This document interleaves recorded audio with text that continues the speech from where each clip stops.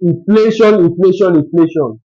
Everyone is forced to learn about this subject due to the current economic crisis. Majority of you didn't know about it up until this year.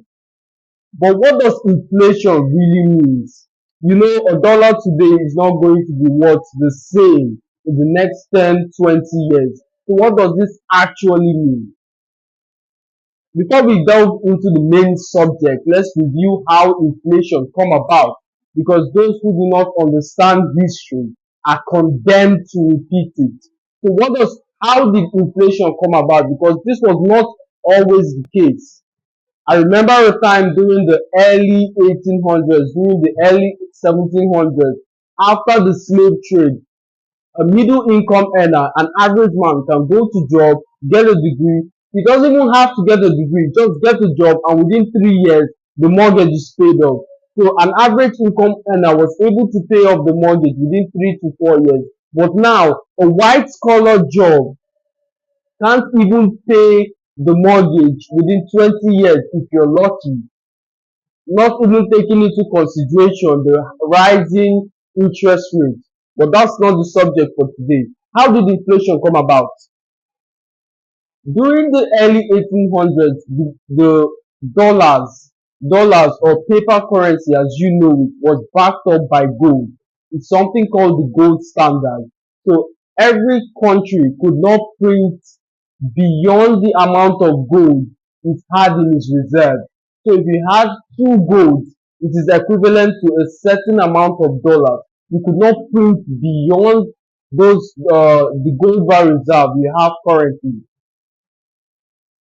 So the paper dollars, the money had some kind of intrinsic value to a degree because it was backed up by tangible objects, which is what we're seeing today.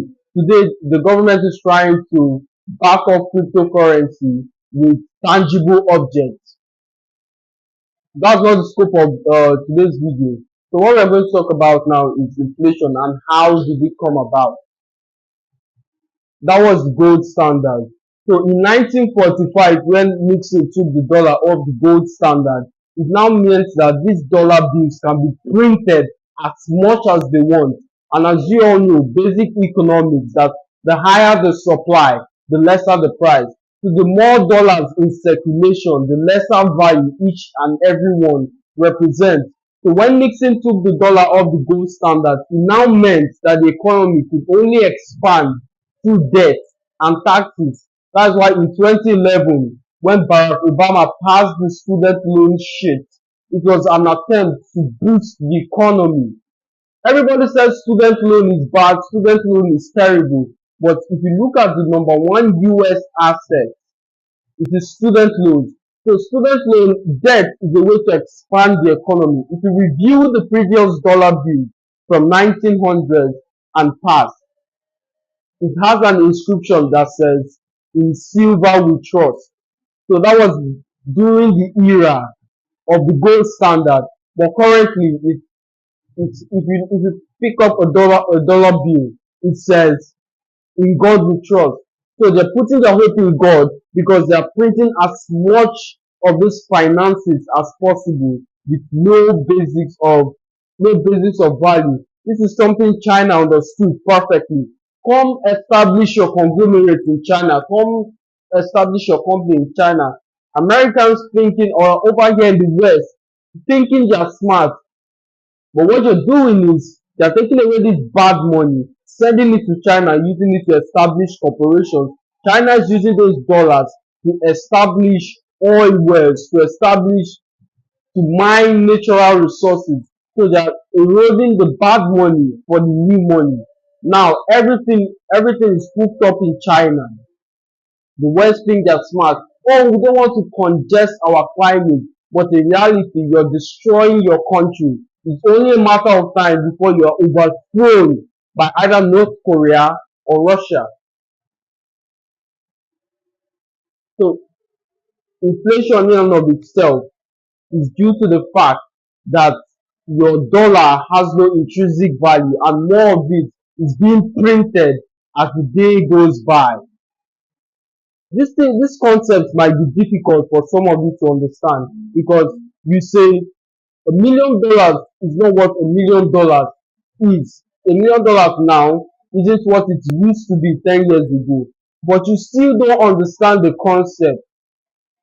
Say you dropped $1 million in the bank, and after 10 years, perhaps you're paid 1%. And mind you, I'm being very generous here. You paid 1% every single year. So after the 10 years, my dollar, I still have $1 million and some add-ons. There are no deductions. So where is this inflation that you speak about coming from? I'm going to tell you, my friend.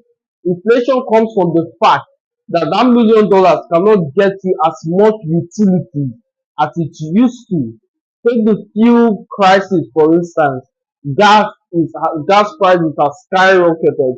So if you paid $2 for a gallon 4 years ago and you're paying $6 for a gallon in the current year, it means you're paying three times the amount to get exposure to the same utility.